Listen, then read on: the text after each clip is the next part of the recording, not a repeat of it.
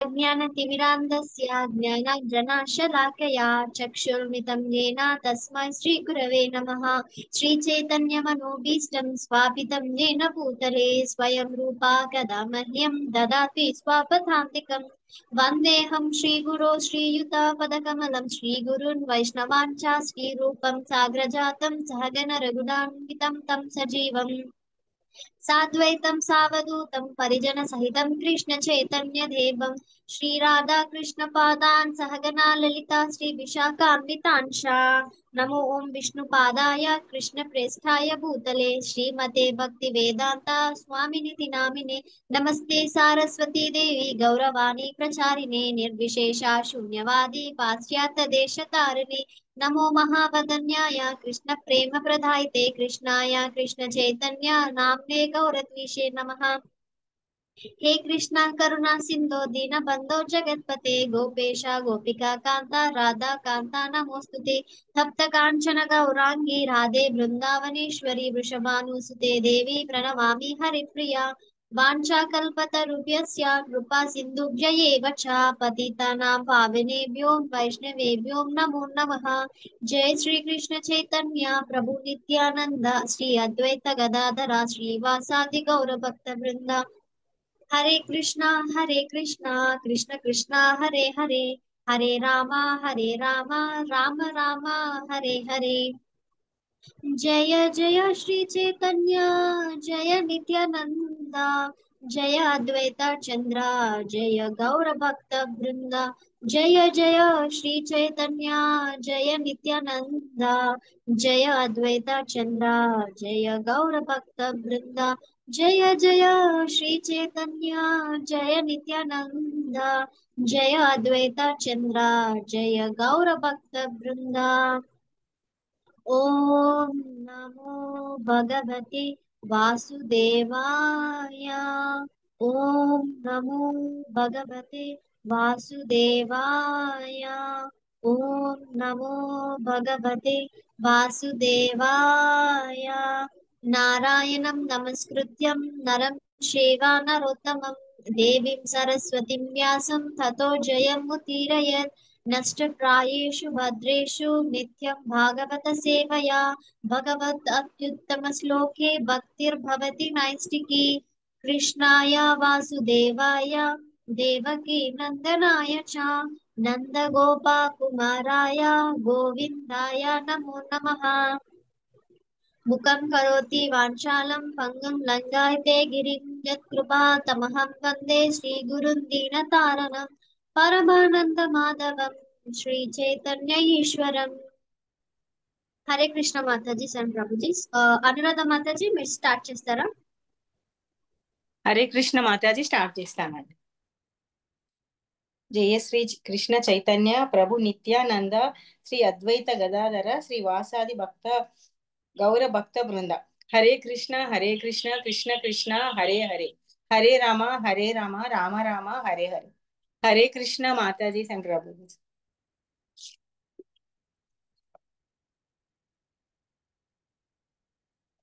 ఇవాళ 62వదండి ఉషా అనిరుద్ధుల సమాగమము.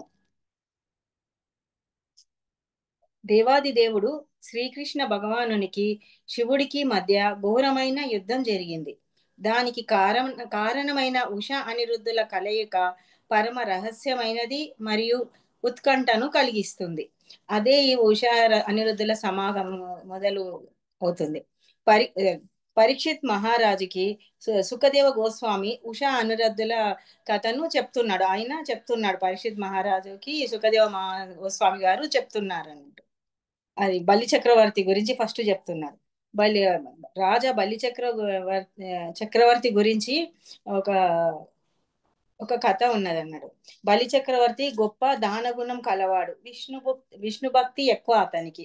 వామన అవతారంలో విష్ణుమూర్తి వచ్చి బలి చక్రవర్తిని 3 అడుగులు కావాలని అడిగితే తనకున్న సమస్తాన్ని అంటే మొత్తం ప్రపంచాన్ని కూడా అతనికి విష్ణుమూర్తికి దానంగా ఇచ్చిండు బలి చక్రవర్తి.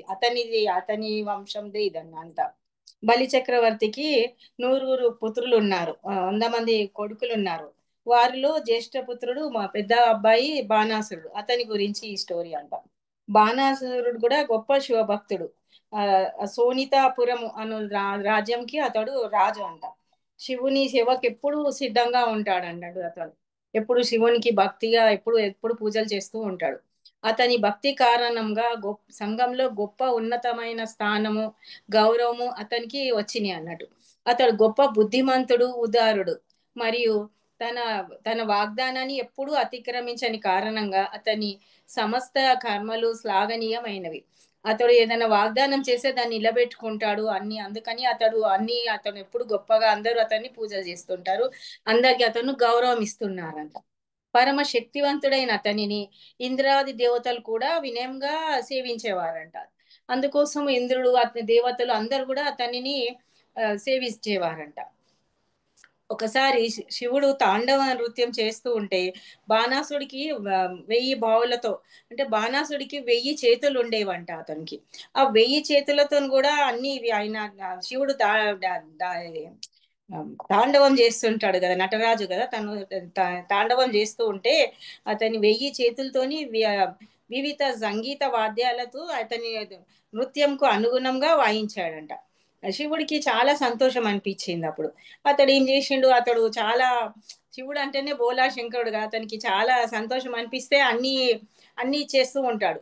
అతడు భక్తుడి పట్ల పరమ అనురాగంతో ఉంటాడు. బాణాసుని పట్ల ప్రసన్నుడైన శివుడు అతనితో నీ ఎడ నేను ప్రసన్నుడైనాను, నీ దేవి కోరితే నేను తీరుస్తాను అని అన్నాడు. ఇతను ఇవన్నీ చేసే వరకు శివుడికి చాలా సంతోషం అనిపించి, నీ వల్ల నాకు చాలా సంతోషం అనిపిస్తుంది, నువ్వు ఏది అడిగినా నేను ఇస్తాను, కోరుకో అని అంటాడు. అయితే అప్పుడు బాణాసురుడు ఏం చేస్తాడు, ప్రభు మీరు నా పురంలోకి, అంటే నా రాజ్యంలోకి వచ్చి మీరు ఉండండి, నా శత్రువుల బారి నుంచి నన్ను రక్షించండి అని అంటాడు. శివుడు సరే అంటాడు అన్నట్టు. ఒకసారి బాణాసుడు మళ్ళీ ఏం చేశాడు, శివుని దగ్గరకు వచ్చి తన కిరీటంలో సూర్యప్రభలు అలాంటివి అన్నీ ఉంటాయంట. అవి దాంతో సహా శివుడికి పాదములకు నమస్కారం చేస్తాడు. నమస్కారం చేసి తర్వాత ఏమంటాడు, ప్రభు నాకు 1000 చేతులు ఇచ్చావు గాని అసలు దాంతో ఏం చేసుకోవాలో నాకు అర్థం కావడం లేదు అసలుకి. నా అసలు నాకు యుద్ధం చేద్దామంటే ఎవరు నాకు దొరకలేరు. నా 1000 చేతులు చూసి అందరు భయపడుతున్నారు. అసలు దాన్ని ఏం చేసుకోవాలో అర్థం కావడం లేదు. నాకు యుద్ధం చేయాలని కోరికగా ఉంది, కానీ అసలు ఎవ్వరు కూడా నాతోని చెయ్యడం లేదు. నాకు చాలా బాధగా ఉంది, నేనేం చేయాలో నాకు అర్థం కావడం లేదు. నీవు తప్ప నాతో యుద్ధం చేసేటోళ్ళు నాకు ఎవ్వరు కనిపించడం లేదు అని అన్నాడు. అప్పుడు శివుడికి చాలా ఇదనిపించింది, ఈయనకి ఇంత గర్వం ఉన్నదా వచ్చేసింది అనేసి అనుకొని, మూర్ఖుడా, నీతో యుద్ధం చేసేవాడు లేదని నువ్వు బాధపడుతున్నావు, నేను తప్ప నిన్ను ఎవ్వరు ఎదిరించలేరని నువ్వు గర్వపడుతున్నావు, ప్రపంచంలోనే ఎవ్వరు లేరని అనుకుంటున్నావు, కానీ నీతో కూడా సమర్థుడైన వ్యక్తి ఒకడు వస్తాడు, అప్పుడు నీకు తెలుస్తుంది, నీ రోజులు అప్పుడు దగ్గర పడతాయి, నీ గర్వం అంతా అణిగిపోతుంది అని అంటాడు అన్నట్టు. అనే వరకు శివుడికి మాటలు విన్న బాణాసుడు ఇంకా చాలా గర్వం అనిపిస్తుంది. అబ్బా, నాతో యుద్ధం చేసేటోడు కూడా ఉన్నాడా, వస్తాడా, అతడు ఎలా ఉంటాడు, ఎప్పుడు వస్తాడు అని అతని కోసం ఎదురు చూసుకుంటూ సంతోషంగా ఇంటికి వెళ్తాడు అన్నట్టు. అయితే మూర్ఖుడు కదా తను, అందుకని తన బలంని ఎలా నిరూపించుకోవాలి అని అతని కోసం ఎదురు చూస్తూ ఉంటాడు. అంటే రాక్షస గుణం గలవారు అలానే ఉంటారు అన్నట్టు. వాళ్ళకు ఎప్పుడు వాళ్ళ బలం ఎవరితోని చేయాలా అట్లా అనుకుంటారు తప్పించి దాన్ని మంచిగా ఉపయోగించాలని వాళ్ళు అనుకోవారు అన్నట్టు. మానవులు మూర్ఖ రాక్షసుడు కాకపోతే రాక్షస గుణకలం వారు మూర్ఖ మానవులు భౌతిక సంపత్తులతో అనవసరంగా ఆ సంపత్తులను ప్రదర్శించాలని చూస్తారు. అంటే ఊరికేనే వాళ్ళకు ఆ మూర్ఖులు ఉంటారు కదా, వాళ్ళు దాన్ని ఎలాగో అలా అందరి ముందర ప్రదర్శించేసేయాలి. వాళ్ళకు అది ఎలాంటి పనికైనా సరే, మంచి పని కాకుండా ఎలాంటి పని అయినా సరే, కానీ అందరి ముందర దాన్ని ప్రదర్శించి వాళ్ళే గొప్ప అని అందరికీ తెలపాలని అనుకుంటారు. అంతకుమించి వాళ్ళు ఇంకా వేరే ఏం ఆలోచించారు అన్నట్టు. అటువంటి మూర్ఖులు ఆ సంపత్తి అంతా హరించిపోయినప్పుడు కూడా సంతృప్తి చెందారు. అలాంటి మూర్ఖులు వాళ్ళకి అన్ని పోయినా సరే వాళ్ళ అహంనే వాళ్ళు సంతృప్తి పరుచుకుంటారు తప్పించి, అరే నేను ఇలా ఎందుకు చేశాను అని ఆలోచించారు అన్నట్టు వాళ్ళు అన్నట్టు. అప్పుడు ఏమవుతుందంటే అంతా హరించిపోయినప్పుడు వాళ్ళు సంతోషంగానే ఉంటారంట. నిజంగా అసలు శ్రీకృష్ణ భక్తి భావన ఎంత గొప్పదో చేతులు కాలేక వారు అతి గర్వంతో తమ శక్తిని ఒక మంచి ప్రయోజనానికి ఉపయోగించలేరు అన్నట్టు. శ్రీకృష్ణుని ఇలా భక్తి భావన ఉన్న వాళ్ళు అలా చెయ్యరు. ఎంతసేపు వాళ్ళది వాళ్ళే అనుకుంటూ ఉంటారు అనమాట. అలా తెలుసుకోలేని వాళ్ళు తమ శక్తిని మంచి పనులకు మాత్రం అస్సలు ఉపయోగించారు అన్నట్టు. మనుషులు రెండు రకాలుగా ఉంటారు. ఒక రకం వారు దేవతోపాసకులై ఉంటారు. కృష్ణ భక్తులు భగవంతునికి అంకితమైనారు. కృష్ణ భక్తి భావంలో ఉన్నవారు సమస్తము భగవాను సేవకే ఉపయోగిస్తారు. మనుషులు రెండు రకాలుగా ఉంటారు. కొంతమంది భక్తులు ఉంటారు, కానీ వాళ్ళు అన్ని రకాలుగా వేరేగా ఉంటారు. కృష్ణ భక్తులు మాత్రము అంతా కృష్ణుడికే అనేసి అనుకుంటారు. తమ ఏది చేసినా కృష్ణుడికే అని అనుకుంటారు. కృష్ణుడి కోసమే చేస్తారు, తమని కృష్ణుడే కాపాడుతుంటాడు అనేసి వాళ్ళు ఏది చేసినా, అసలు కూర్చున్నా నిలబడ్డా, ఏది చేసినా తిన్నా, వాళ్ళ కష్టంలున్నా సుఖంలున్నా ఎప్పుడైనా వాళ్ళు కృష్ణునికే నమ్ముకుంటూ ఉంటారు అన్నట్టు. కానీ కృష్ణ భక్తి లేనివాడు సమస్తం ఇంద్రియ భోగానికే వాడతాడు అన్నట్టు. కృష్ణ భక్తి లేనివాడు ఏం చేస్తాడు, మొత్తం ఇంద్రియ భోగాలు అన్నట్టు అన్ని ప్రపంచంలో ఉన్నాయి, అన్ని కావాలి, ఇది కావాలి, దేవుడి భక్తి తప్పించి అన్ని ఉండాలని అనుకుంటాడు అన్నట్టు. అట్లా చేస్తాడు. బాణాసుడు కూడా తన తృప్తి కొరకు అతి గర్వంతో తన అపారమైన శక్తిని యుద్ధం చేయడంలో ఉపయోగించాలని అనుకున్నాడు. బాణాసురుడు కూడా అట్లనే అన్నాడు. తనకి ఎంతో శక్తి ఉంది, తను ఎన్నో చేయగలుగుతాడు. తన 1000 బాహువులతోని, ఆ 1000 చేతులతోని పెద్ద పెద్ద కొండలను కూడా పిండి చేయగలడంట. ఎవరిని కూడా ఓడించగలడు. కానీ తను అలా చేయకుండా ఏమనుకుంటాడు, విరుద్ధంగా యుద్ధం చేయాలని అనుకుంటాడు. శివుడితోనే యుద్ధం చేయాలనేసి అనుకుంటాడు. తనని గెలిచే వాళ్ళు ఎవరు లేరు, కానీ శివుడితోనే చేసి గెలవాలని అనుకుంటాడు అన్నట్టు. అంత గర్వం వచ్చేస్తుంది అన్నట్టు. కానీ దానికి విరుద్ధంగా అర్జునుడు కూడా యుద్ధం చేయడంలో అసాధారణమైన శక్తి కలిగి ఉన్నను, కానీ దానిని అతడు కేవలం కృష్ణుని కొరకే ఉపయోగించాడు. కానీ దీనికి విరుద్ధంగా అంటే ఆపోజిట్ కి ఏమంటారు, అర్జునుడికి చాలా శక్తివంతుడు తను, కానీ తనని అసలు ఎప్పుడు అలా అనుకోడు. తను ఎప్పుడు కృష్ణుడి సేవలోనే ఉంటాడు, కృష్ణుడు చెప్పిందే వింటాడు, కృష్ణుడే తనకు అన్ని అని అనుకుంటాడు. అంత శక్తి ఉన్నా కూడా దాన్ని ఎప్పుడు ఉపయోగించాలి అని అనుకోడు అన్నట్టు దాన్ని. అందుకే మనము ఎంత ఎదిగినా ఒదిగి ఉండాలని అంటారు. మనిషికి కోపము గర్వము ప్రథమ శత్రువులు. కోపంలో, కష్టంలో, బాధలో, ఎలాంటి కష్టంలో ఏమి చేయాలో తెలియని పరిస్థితుల్లో కూడా శ్రీకృష్ణ భగవాన్ తలుచుకుంటే ఒక పరిష్కారం దొరుకుతుంది. కనీసం దానిని ఎదుర్కొనే శక్తిని ఇస్తాడు. అందుకని మనం ఎప్పుడు మనకి ఎంత ఇదిగా ఉన్నా కూడా దేవుని తలుచుకొని మనం అహంకారంతోని అందరి మీద కోపంతోని అహంకారంతో ఆలోచిస్తే ఎప్పుడు మనము మంచి నిర్ణయాలు తీసుకోలేము అన్నట్టు. అందుకే మనిషికి ఎప్పుడు గర్వం ఉండకూడదు అని అంటారు అన్నట్టు. సర్వం శ్రీకృష్ణార్పణమస్తు. హరే కృష్ణ కృష్ణ కృష్ణ హరే హరే, హరే రామ రామ రామ హరే హరే. హరే కృష్ణ మాతాజీ సేన ప్రభుజీ. ఏమన్నా తప్పులుంటే క్షమించండి అందరు. లక్ష్మీ జగదీష్ మాత మీరు కంటిన్యూ. హరే కృష్ణ మాతాజీ. జై శ్రీ కృష్ణ చైతన్య ప్రభు నిత్యానంద శ్రీ అద్వైత గదాధర శ్రీ వాసాది గౌరభక్త వృంద. హరే కృష్ణ మాతాజీ అండ్ ప్రభుజీ దండవత్ ప్రణామ్. ఈ అవకాశం ఇచ్చిన పద్మావతి మాతాజీకి ధన్యవాదాలు.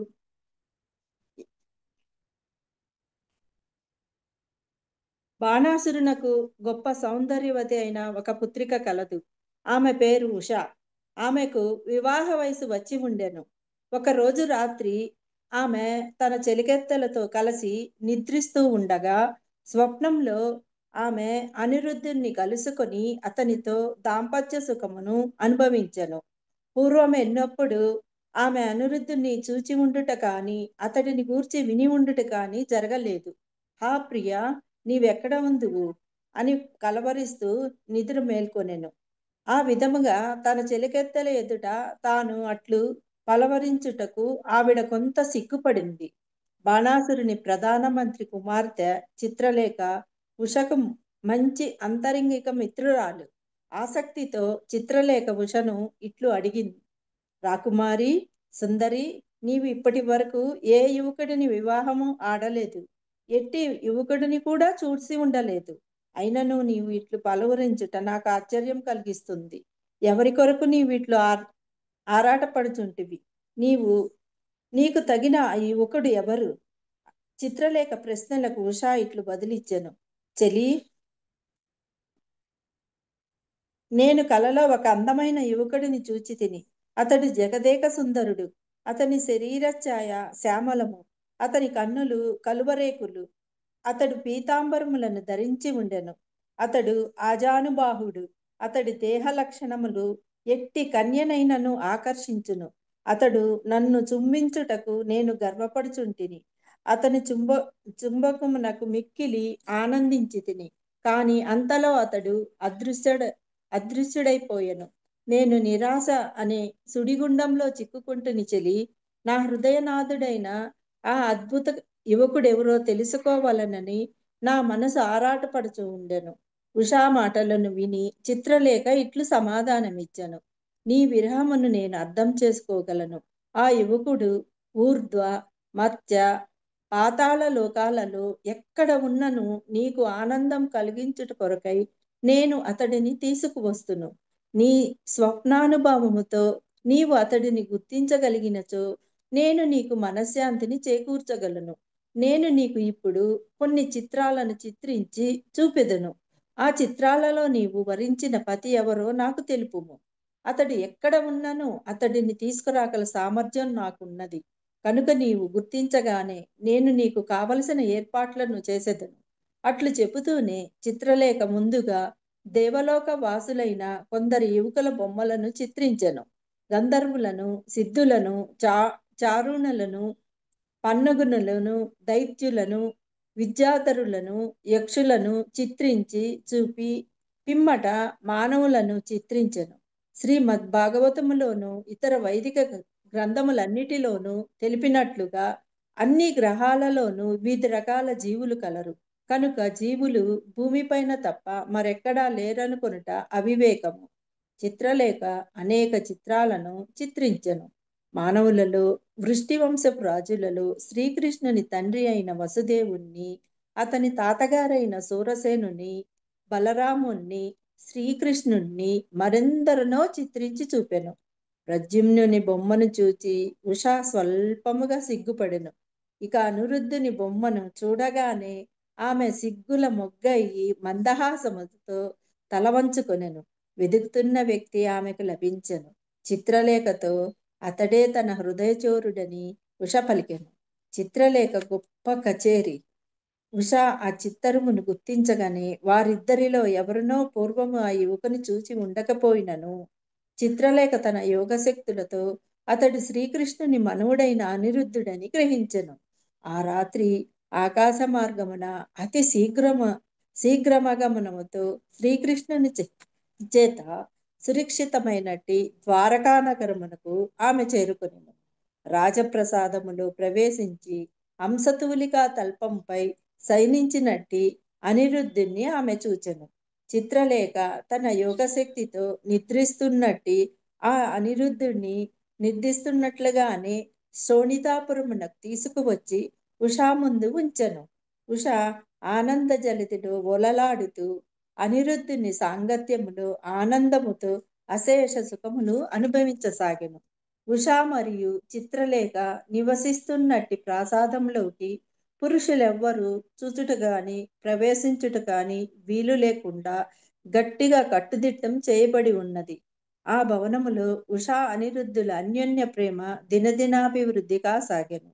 ఉష తన విలువైన దుస్తులతో, పూలతో, అత్తరులతో, అగరు ధూపములతో అనిరుద్ధుణ్ణి అలరిస్తూ ఉండెను. అతని పాన్పు ప్రక్కన మధుర పానీయాలు, పాలు, పండ్ల రసాలు, రుచితములైన ఇతర పదార్థములు ఉంచబడిన.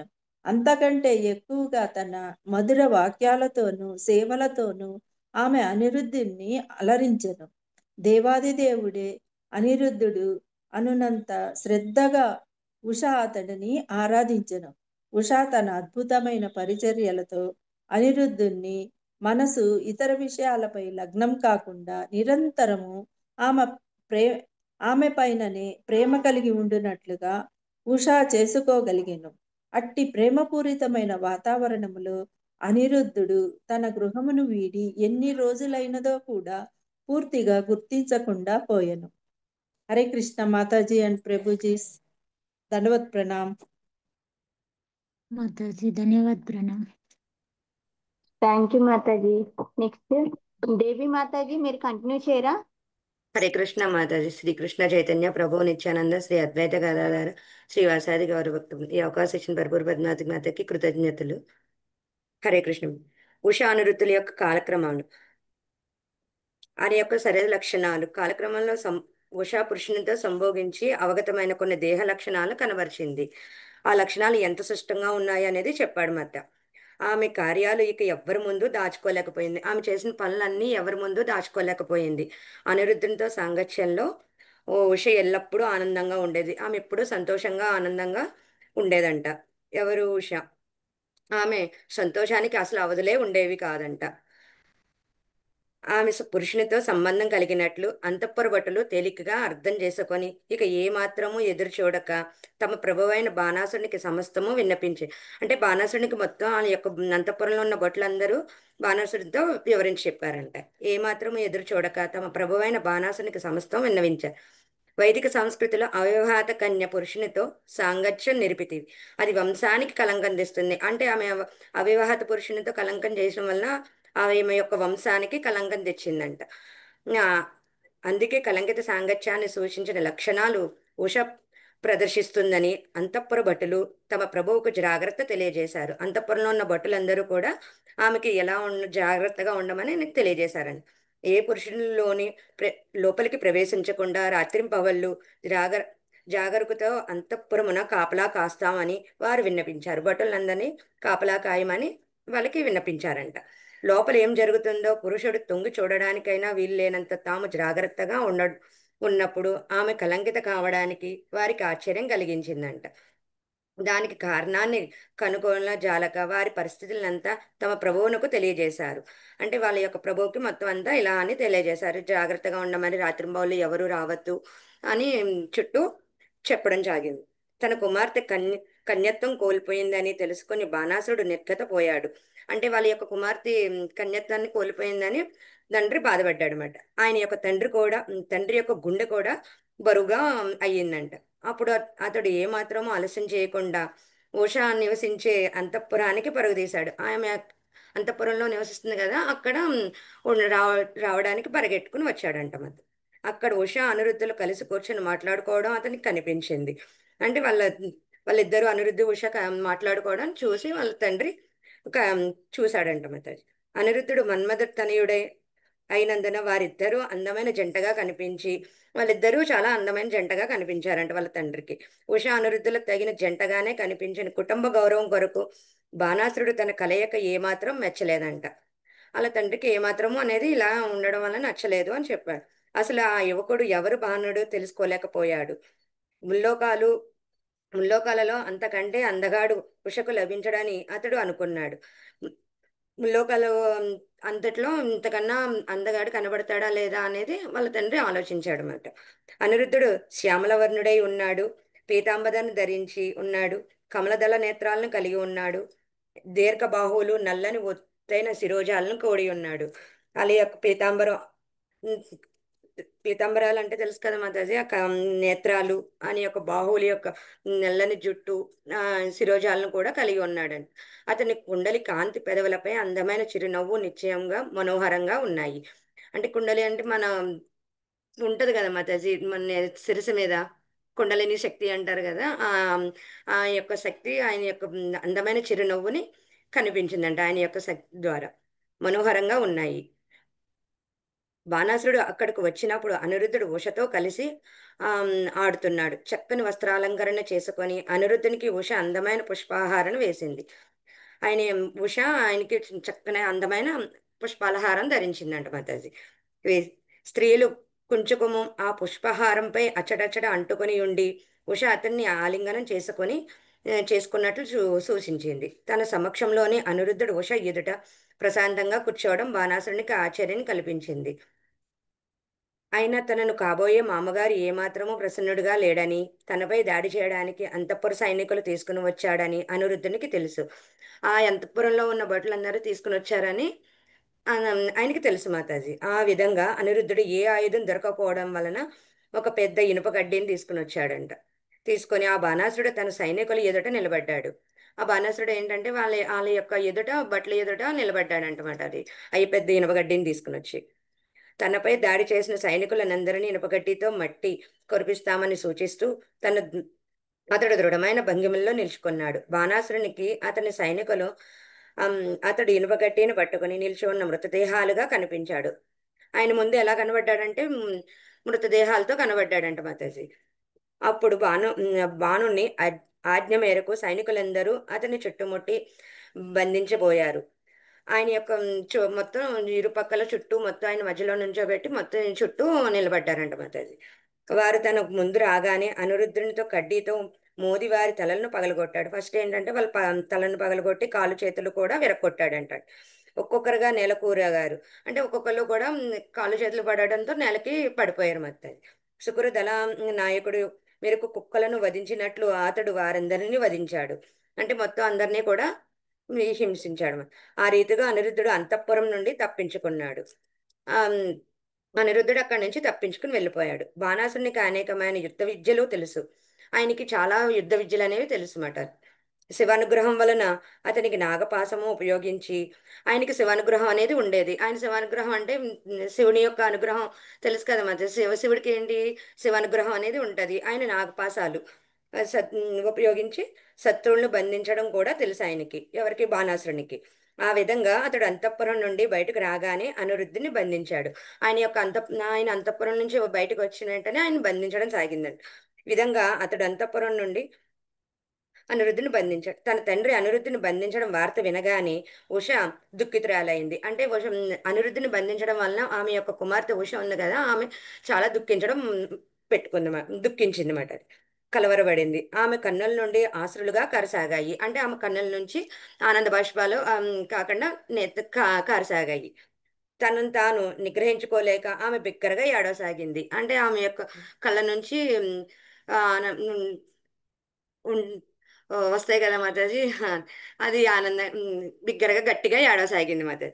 ఊషానురుద్ధుల సాగమో ఆ దశమస్కందంలో 62 అధ్యాయం భక్తి వేదాంత అధ్యాయం సమర్థం. హరే కృష్ణ మాతాజీ. ఏదైనా తప్పులుంటే క్షమించండి మాతాజీ.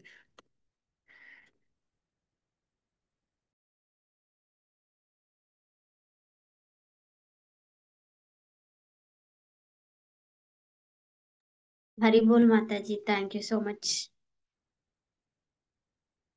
హరే కృష్ణ మాతాజీ. థ్యాంక్స్ మాతాజీ. హరి బోల్ మాతాజీ, ముగ్గురు బాగానే చెప్పారు. Helping Mataji, cooperating Mataji.